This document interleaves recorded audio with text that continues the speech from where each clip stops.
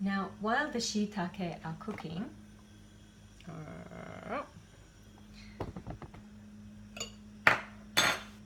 I use glass because the shiitake smell, it's kind of like matches, it lingers in my Tupperware. And shiitake are kind of miraculous. They are said to absorb radiation. Who knows what they absorb from plastic containers?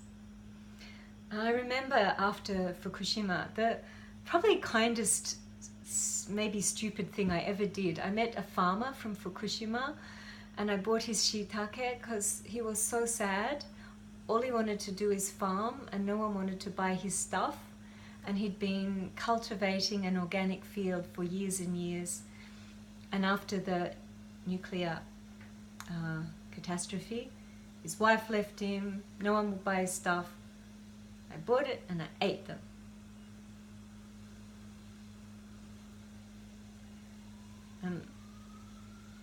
That was nice. So let's see how they're going.